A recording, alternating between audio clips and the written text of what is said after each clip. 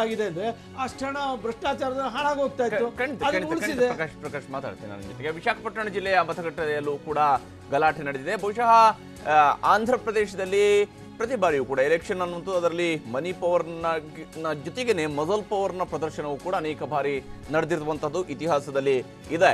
ಇವತ್ತು ಅದು ಅದರ ಮುಂದುವರಿದ ಭಾಗ ಇವತ್ತು ಕೂಡ ಗೋಚರ ಆಗ್ತಾ ಇರುವಂಥದ್ದು. ವಿಶಾಖಪಟ್ಟಣ ಜಿಲ್ಲೆಯ ಒಂದು ಮತಗಟ್ಟೆಯಲ್ಲಿ ಗಲಾಟೆ ನಡೆದು ಅಲ್ಲಿ ಲಾಠಿ ಚಾರ್ಜ್ ಕೂಡ ನಡೆಸಲಾಗಿದೆ.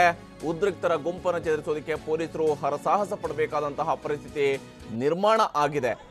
ಇವೆಲ್ಲವೂ ಕೂಡ ಈ ಒಂದು ಎಲೆಕ್ಷನ್ನ ಜಿದ್ದಾಜಿದ್ದಿ. ಯಾಕೆಂದ್ರೆ TDP ಮತ್ತು YSRCP ನಡುವೆ ಅತ್ಯಂತ ಜಿದ್ದಾಜಿದ್ದಿನ ಎಲೆಕ್ಷನ್ ಈ ಬಾರಿ ನಡೀತಾ ಇರುವಂಥದ್ದು. ಈ ಒಂದು ಚುನಾವಣೆಯಲ್ಲಿ ಯಾರು ಅಧಿಕಾರದ ಗದ್ದುಗೆಯನ್ನು ಏರ್ತಾರೆ ಅಂತ ಹೇಳ್ಕೊಂಡು ಹಾಗೆ ನಾನು ಕಳೆದ ಬಾರಿಯ ಚುನಾವಣೆಯ ರಿಸಲ್ಟ್ನ ಬಗ್ಗೆ ಹೇಳ್ತಾ ಇದ್ದೆ. 2014ರಲ್ಲಿ YSRCP ಮತ್ತು ತೆಲುಗುದೇಶಂ ಪಕ್ಷದ ಸೀಟ್ ಗಳಿಕೆಯಲ್ಲಿ ನೋಡಿದಾಗ ಬಹಳ ವ್ಯತ್ಯಾಸ ಇದ್ರೂ ಅಲ್ಲಿದ್ದಂಥ ಮತಗಳಿಕೆಯ ವಿಚಾರಕ್ಕೆ ಬಂದಾಗ ಅದು ಬಹಳ ಕಡಿಮೆ ಅಂತರದ ಮತಗಳಿಕೆಯ ವ್ಯತ್ಯಾಸ ಇತ್ತು. ಅಂದರೆ ಕೇವಲ ಒಂದು 5 ಲಕ್ಷದಷ್ಟು ಮತಗಳ ವ್ಯತ್ಯಾಸ ಮಾತ್ರ ಎರಡು ಪಕ್ಷಗಳ ನಡುವೆ ಇತ್ತು ಅಂತೇಳಿ. ಅಂದರೆ ಎಷ್ಟರ ಮಟ್ಟಿಗೆ ಈ ಒಂದು ಚುನಾವಣೆ ಅಲ್ಲಿ ಜಿದ್ದಾಜಿದ್ದಿಯಿಂದ ಕೂಡಿರುತ್ತೆ. ಯಾಕಂದರೆ ಅಲ್ಲಿ 100-200 ಸಾವಿರ ಮತಗಳಿಂದ ಸೋಲುವಂತಹ ವಿಧಾನಸಭಾ ಕ್ಷೇತ್ರಗಳು ಬಹಳ ಮುಖ್ಯವಾಗಿದೆ.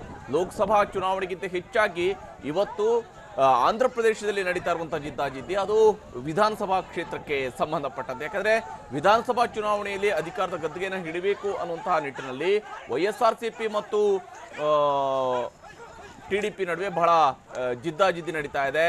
ನಾವು ನೋಡ್ಬೋದು ಈಗಾಗಲೇ ಹೇಗೆ ಅಲ್ಲಿ ಗಲಾಟೆ ನಡೀತಾ ಇತ್ತು. ಗಲಾಟೆ ನಡೀತಾ ಇದ್ದಂತೆಯೇ ಏಕಾಏಕಿಯಾಗಿ ಪೊಲೀಸರು ಬಂದು ಲಾಠಿ ಚಾರ್ಜ್ ಮಾಡಬೇಕಾದಂತಹ ಅನಿವಾರ್ಯತೆಯು ಕೂಡ ಸೃಷ್ಟಿಯಾಯಿತು.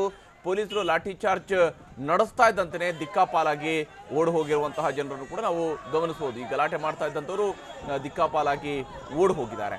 ಇದು ವಿಶಾಖಪಟ್ಟಣದಲ್ಲಿ ನಡೀತಾ ಇರುವಂತಹ ದೃಶ್ಯ. ವಿಶಾಖಪಟ್ಟಣದಲ್ಲಿ ಮತದಾನದ ಪ್ರಕ್ರಿಯೆ ನಡೀತಾ ಇರುವಂತಹ ಸಂದರ್ಭದಲ್ಲಿನೇ ನಡೆದಿರುವಂತಹ ಲಾಠಿ ಚಾರ್ಜ್.